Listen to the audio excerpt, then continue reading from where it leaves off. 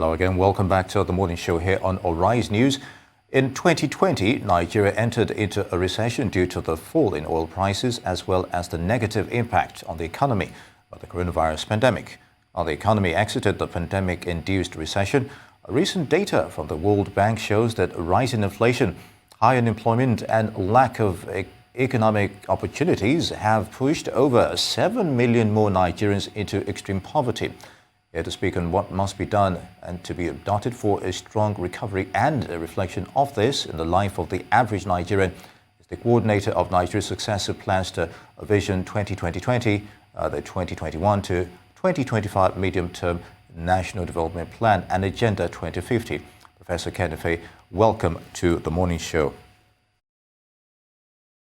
Oh, thank you very much for having me.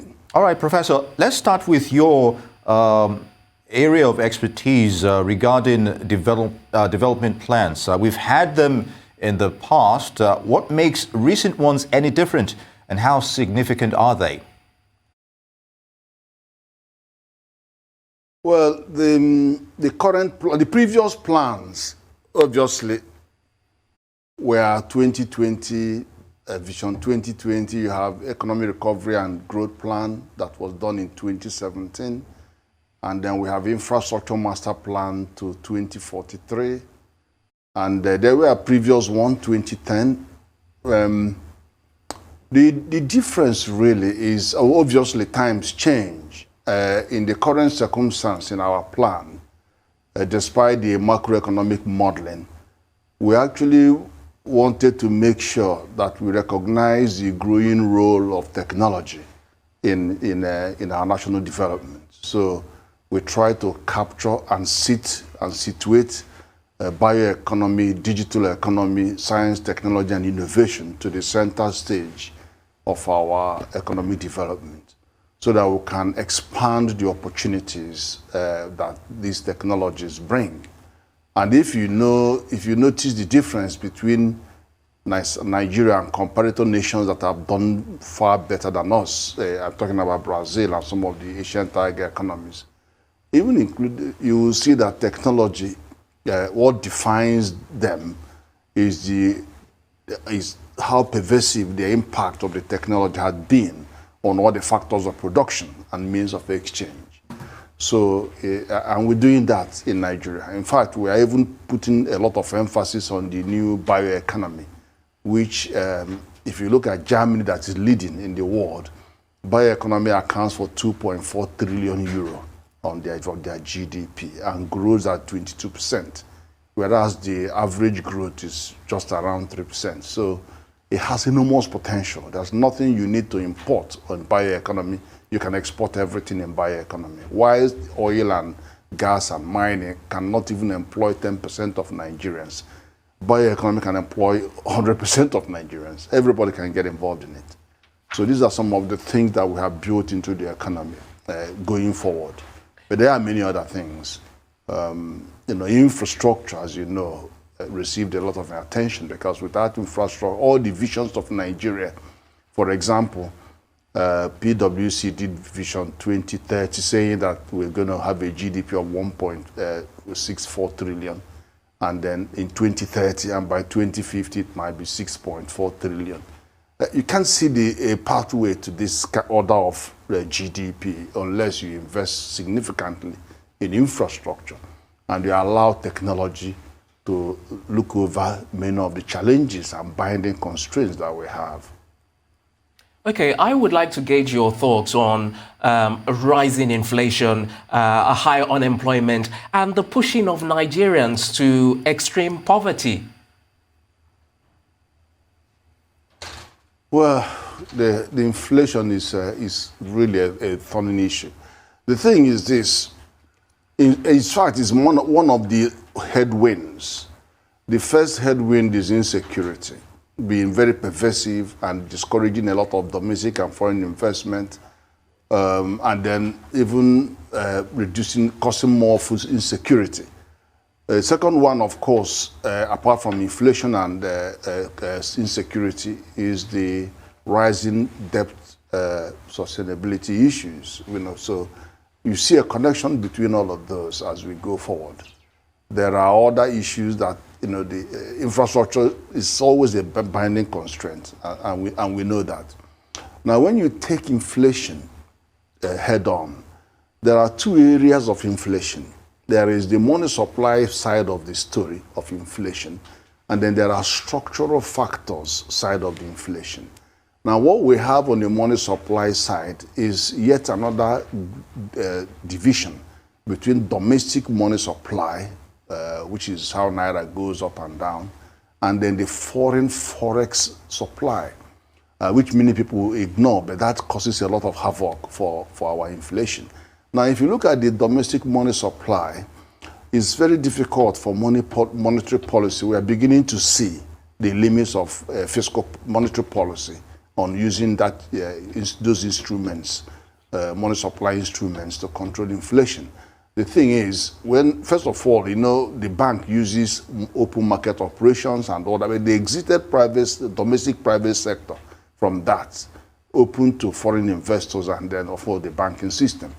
So that cuts the flexibility. Then you have over 100 million people are poor in this country. Over 80 million don't even have bank account, and over 80 million are even below poverty line.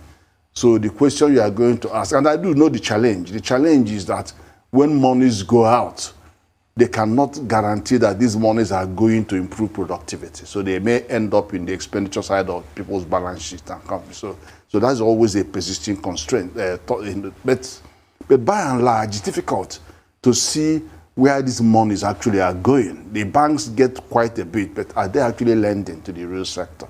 So so there are big challenges there. So you can't put your faith that so it may contribute and always contribute, but it's very low, maybe about 20-30% to account for the inflation. Now I come to the forex supply. That is pervasive. First is exogenic. We have no control over those because they depend on production volume, oil production volume, and price. And even when we are having an increase in price over $70, you are not actually seeing the benefit to the economy. You don't even see it increasing the availability of forex because there are so many hostages to this fortune. We have a lot of what we receive as forex is going back to pay for shipping the crude abroad, getting it processed outside and then shipping it back. You settle all that in dollars. And then when it now comes, you lump in, subsidy. $100 billion every month as subsidy, saying to the governors you can go back empty-handed. So it's not a very pleasant situation. So you have all those hostages to our oil revenue fortune. So you put that on the side. Now you come and let's look at the inflation itself. If you look at the inflation, you see the pattern of the figures. Over the last 2 years or more, there's a persistent gap between food basket sub-index, which is currently now is about 22.something%. And then you see the core inflation is just around 13%. Now, the difference is at 10%. Is huge. And it has been persistent over many, many months. The question you are going to ask is, how about the other indicators? CPI, which is composite index, and that is headline inflation, is around just under 18%. It's okay, fine. So now the core index is all inflation indices minus food supply, farm produce. If you look at the food sub-basket index, it has processed food and farm produce. Now, processed food is part of core inflation. So what is really accounting for this 10% gap is farm produce. So let's now look at farm produce. The issues around farm produce are still the same issues around food security. That the 6 geopolitical zones have all kinds of security issues around them that are impacting on food supply. And if you go back to Africa Union in Malabo Declaration in 2014, they said that 80% of the farming activities of basic food are done by women. And 80% of the processing of those same basic food material, that is like gari and all that, is also done by women. And 80% of marketing, that is selling of these in rural market, are also done by women. Now, that same women that do all of that are threatened A lot of them are in the IDP camp, over 3 million. A lot of them are not going to the farm. They're not planting. They're not harvesting. And they're hostage to all kinds of conflicts going on. So you can see that. Then secondly, the agroecological footprint is shrinking because of the conflict. Although the CBN has attacked this matter, partly because of the demand management that restricted 32 items, decided to push for backward integration and then funding 10 presidential value chains end-to-end, that end-to-end intervention. So what that has done is that even though we are having a shrinking agroecology, we are now bringing land, clearing additional land. So they are funding land clearing. We are funding mechanization, which means plowing, ridging, and harrowing. We are funding that. It's all funded in the plan. And then we got new seed varieties that are coming in, hybrid seeds that are increasing yield. Cotton from 0.7 tons per hectare to 4 tons, 5 tons per hectare. Rice increasing from 2 to 6 tons.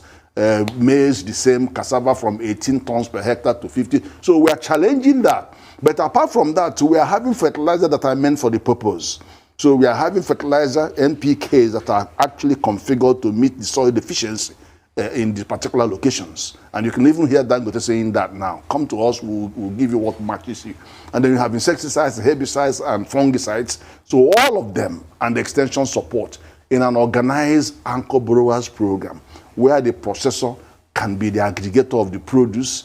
And then I'm now saying to Central Bank, we must get export anchors so that this thing can shift heavily to the private sector-led commercial agriculture.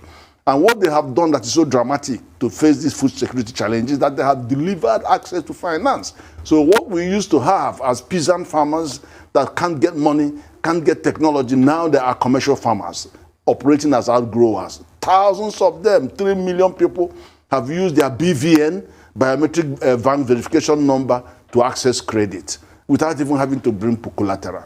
And then now they are also having geo-mapping of their land. So they are 1 hectare, one farmer, 1 hectare. You can actually see where the land is. You just go to the web, you can see where the lands are there. And that opens the way for export. Because if you are getting seriously into export, the person you are supplying to abroad wants to be able to know where you are growing. It's part of the traceability. Vertical and horizontal traceability. They need to know. It's not enough to carry things from Oyibo market everywhere and then bring it to Covent Garden. No, that is not export. That is firefighting. And you see the consequence. You are banned for 4 or 5 years from exporting to Europe. So that is all of that. Now, so coming to still on this inflation thing, there are other hostages when you come to inflation. Now, when Nigeria is feeding over 300 million people, not 200 million, because we are surrounded by francophone countries. We are feeding Niger, we are feeding Mali, Burkina Faso, Benin, Northern Cameroon. They are all benefiting from our grains heading out there. But of course, they are protected by ECOWAS treaty because you can't stop that, and then you can't even tax those raw materials. All you can do is to increase value addition to ensure that once you come to exporting processed food, you can bring in tariff on that. Unless the person registered under ECOWAS trade liberalization scheme, then you can have rule of origin, you can have all of that, then you can be tax-free. So, but we'll still have that. And what has made it worse for us is because 6 years ago, 1 naira was buying 3 francs CFA, which is their currency. And that currency is pegged to euro and is constant, irrespective of what is going on in their economies. It's constant because it's pegged to euro. What it means is that they are paying through their nose, using their reserves to maintain the value of those currencies. So you don't really know the real value of their currency. But however, our currency now is only 1.2 CFA to $1. So for them, from their perspective, Naira has been devalued by over 60%. So our food is really cheap to them. So irrespective of what the weather says to them, you can't grow fraud. They have better business buying our crops, processing or drying them, bringing them back to us 6 months after during the planting season, and selling it at 100% profit. So you could see that. So there's a demand pool on our products, our agricultural produce during harvest season. And then you now have supply push, cost push inflation coming back when we need them during the planting season at this very, very moment, during the planting season. So these factors are all acting against food supply in the country. And then you have hoarding. Some people are also hoarding the product. You've seen where warehouses are stacked with paddy rice. And so there's so many speculative behaviors going on as well. Some of them also are exacerbated by transport problem. As you know, the cost of transport is phenomenal. 1 ton of produce from Katsina or Kanu down to Lagos adds another 100,000 naira on the price, doubling it effectively. And then you also have the impact of the rising cost of petrol, not only petrol on transport, but power. People's power bill have doubled. And then the processing food with double this electricity bill is going to pass it on straight to the consumer. Indeed. And then you have the high cost of import. Yeah. The high cost of import, because they don't have enough forex, they will buy them and they will simply pass it through straight away. Indeed. And spare parts are increasing interesting in perspective, price. Professor Kem Ife. But I would like you to hold your thoughts on these issues. We have to take a break, but we'll have you on the other half of that break. That was Professor Kem Ife. We'll have him back after this break. You're still on to the morning show. Stay tuned.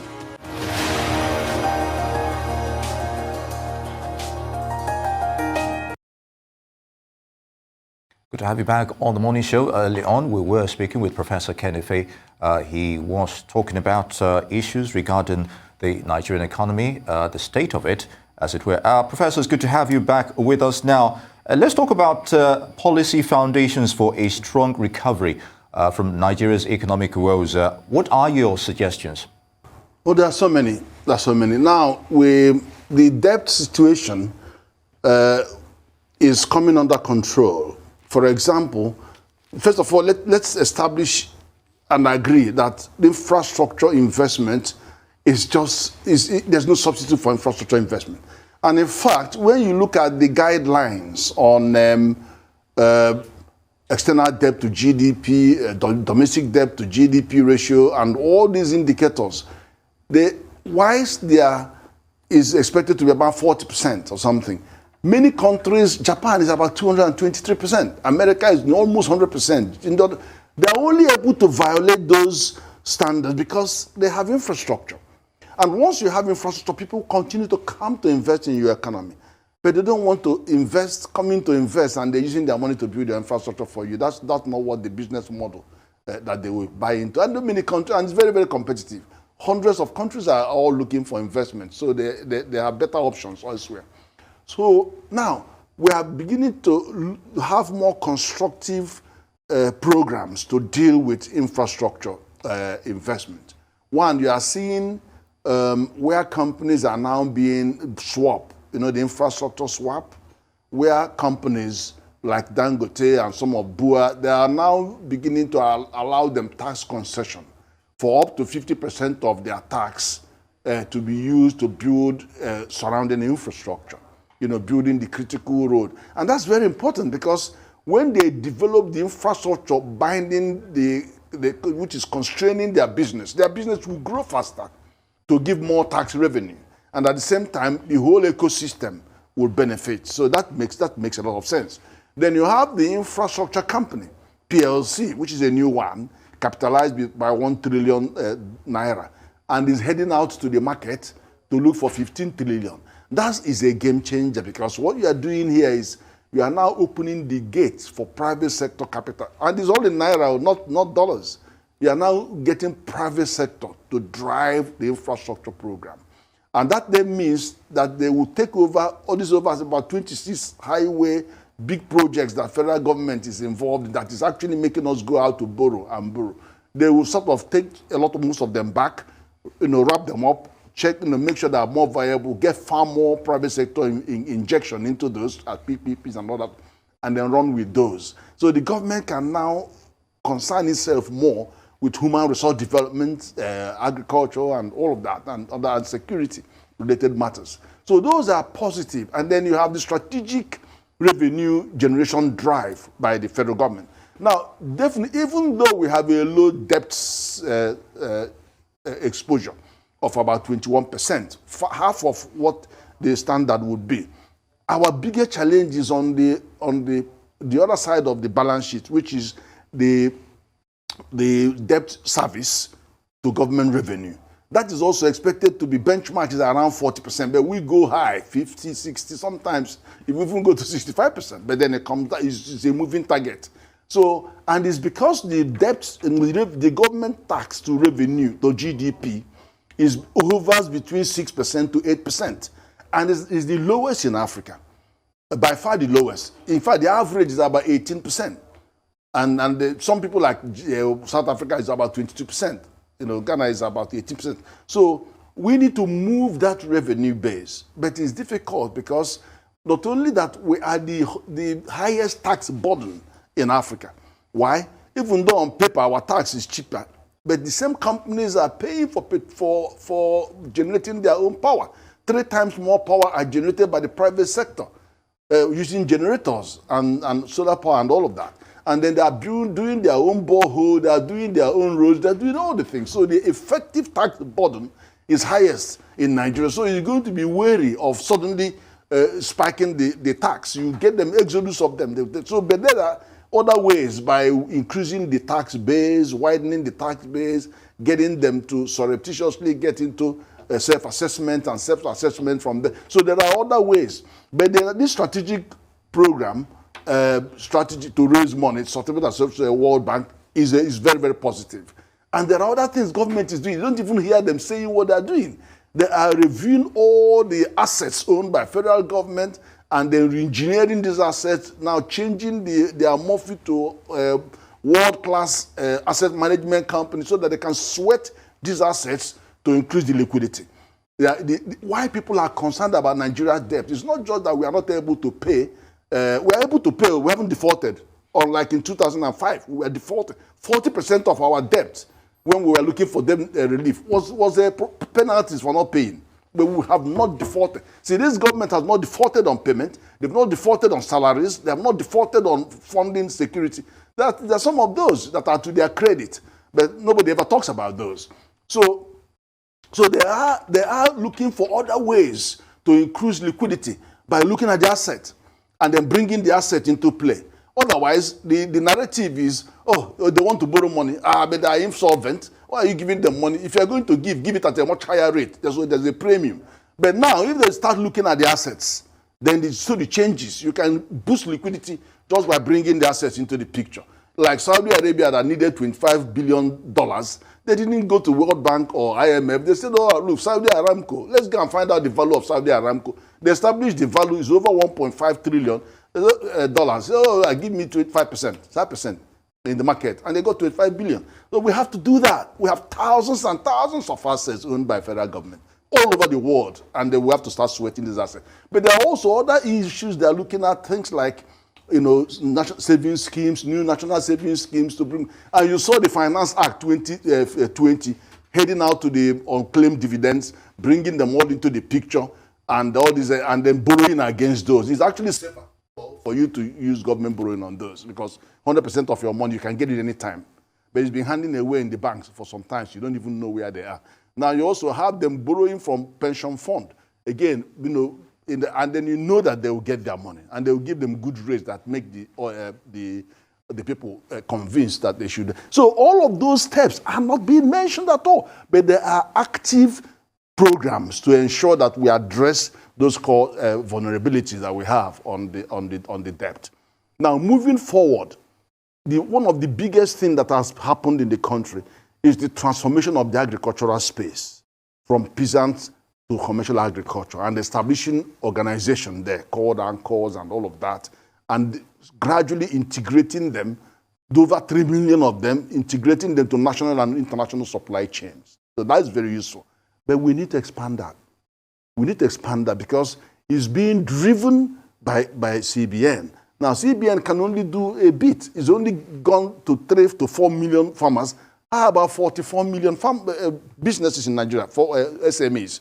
Africa has 90 million MSMEs. Half of them are in Nigeria.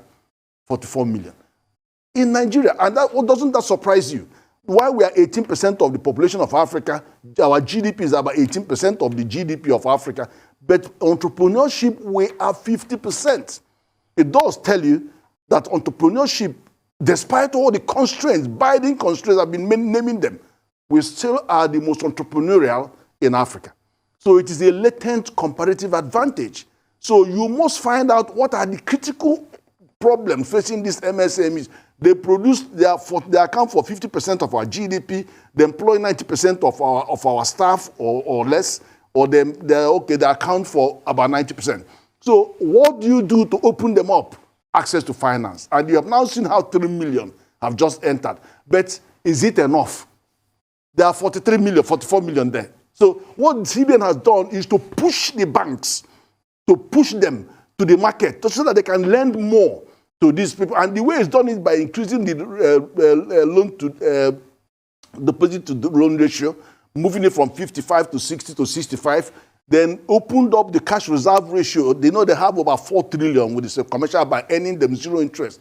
Telling them, come and borrow this money, come and take this money, and go and lend it at 9%, 7 years, and moratorium and all that to the real sector to build the base of the people. So they're doing that. So they are pushing money, and they've seen over 5 trillion naira more coming to the private sector lending. So he's doing that so that ultimately the 44 million will go to the market to borrow money, not depending on CBN. But what I'm saying to CBN now, and I'm going to have to write to the CBN governor shortly, you have to move more private sector to the center stage of this anchor borrowers program. 1. 2, you have to diversify them. It's not just 10 value chains. Those 10 value chains are more to do with food security. Okay? Although the oil, palm, and cocoa, they're all exportable and all that. But you have to allow that program structure to involve more private sector. That's where you are going to see export anchors play in there. Because NEPC has one state, one product program. And some of these products are actually export-bound products. You have ginger, gum arabic, shea butter, sesame seed. Each of these can give us $5 billion. So you've got to use the same framework of once you have secured a commercial base for agriculture, now get export anchors so that they can make their way to the export market. And you will stop worrying about oil. I'm telling you, you will forget oil. Go and look at Brazil. One product, soya beans, more than $30 billion in their plan. They, take honey. Any of them is more than our oil. So that's where we have to go. And thirdly, you have to get local authorities and state governments involved. Every state government has not less than 20 to 30,000 hectares of plantations of all sorts abandoned. But they can get local farmers and arrange them to have one person, 1 hectare, so that they can get access to this money that they can get without collateral. And I've spoken to so many state governments. They say they don't want to get involved in this program because they don't want to guarantee loans to farmers and they walk away without paying. And 2, we don't have the borrowing headroom. Those 2 are legitimate concerns. But the way you get around it is just what I have just explained. Then you can say to the 774 local governments, let's have a program of 1,000 hectares per local government, and then get the people in there, and then we'll still fund them through the Anchor Borrowers program without state local authority having to get involved in loaning or anything. No, they don't have, the management is poor there, but get them to put 1,000 hectares on the line, which means that we will have 774,000 hectares straight away coming to production. And the money is only about 125 billion. It's very small money. For a local government, 200,000 naira per farmer per hectare gives you just about 200 million naira per local government. And it's only 120 something billion. That is nothing. It's very small. It's less than 1/4 of what is already currently being spent. So you will get the structures involved. That is how you get the local government in the game, you get the states in the game, and then so that if the CBN begin to exit this area, we're not going to come back with a show of shame. In other words, we're not going to get back to misery. So that is very, very important. Transitional and sustainability have to be addressed by getting them coming down more to the south for some of the ones, because you increase the value chain, you get more states involved in the program, and then you get more private sector, and then you get local governments to anchor and provide the land. After all, that's what they do. Farmland is local government, So That's what I think in the long term that can get the inflation under control, because it's really about food. And then really about those kind of the configuration of our production system to enable us to generate export revenue. And then that takes the pressure off oil and gas. You've highlighted some very detailed, a detailed account, basically, and it makes for interesting hearing. And it's one thing to reform policies, and it's another thing to actually sustain those policies. So I want you to talk about that here on in with regards to how Nigeria can actually sustain some of those policies that you mentioned in your last answer.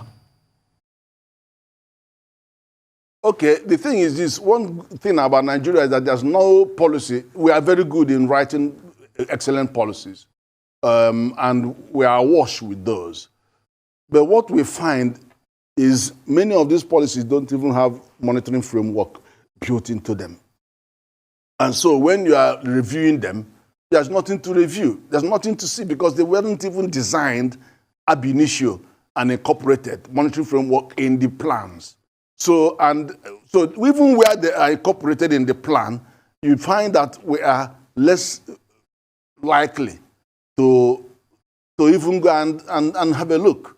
So we're not interested in the doing and in the monitoring. So just, it's the area.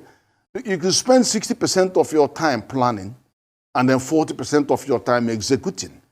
But the planning framework must have monitoring and milestones. And if you see that, then you can apply this policy of continuous improvement. It's only when you have monitored that you found out, how have you spent the budget? How about the output and performance indicators? Oh, we didn't do it, then you improve. You begin to, if you don't measure anything, then you cannot improve them.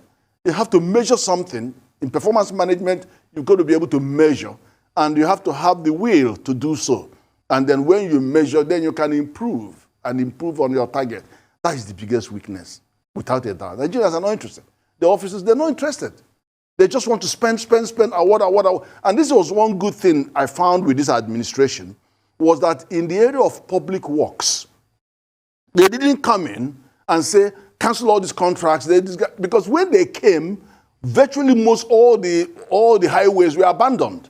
They've all left because they're not getting money. But the borrowing we were doing in that administration was to pay salaries. So they were not getting the money.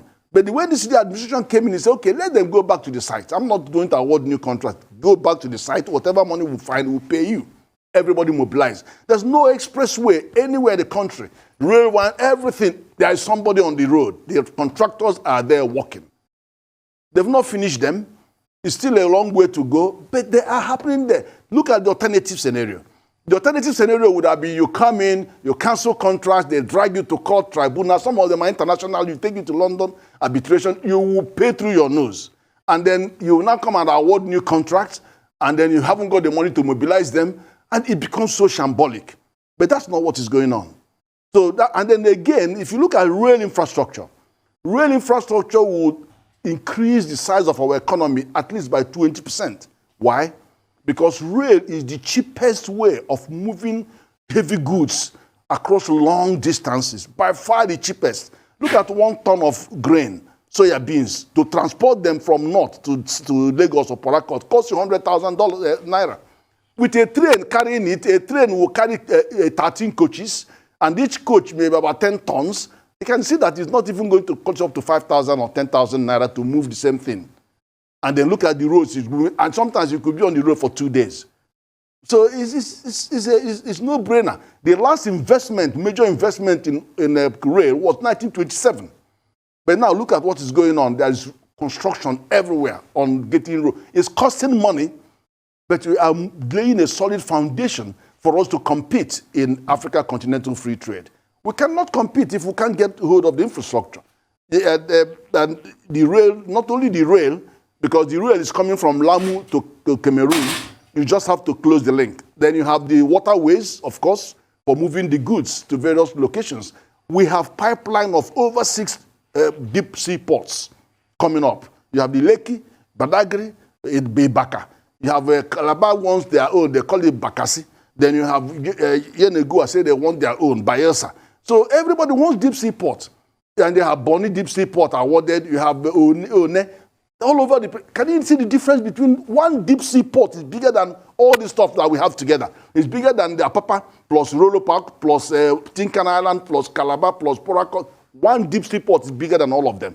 Because when a ship comes, Panamax, carrying 16,000 containers, it will hang out there in the high sea. About 4 or 5 ships will go there to transship. So they will all come to our seaport with 4,000 or 5,000 containers. Can you imagine when this Panamax enters into the thing? You need rail to evacuate. Otherwise, there will be dead gridlock in the whole of Lagos. You need rail. So that's why it's so important, so important and transformational. Indeed, interesting perspective and enlightening on the Nigerian economy. We've been speaking with Professor Kem Ife, Coordinator of Nigeria's Successor Plans Division 2020, 2021-2025, Medium-Term National Development Plan, Agenda 2050. It's been an honor speaking with you, sir.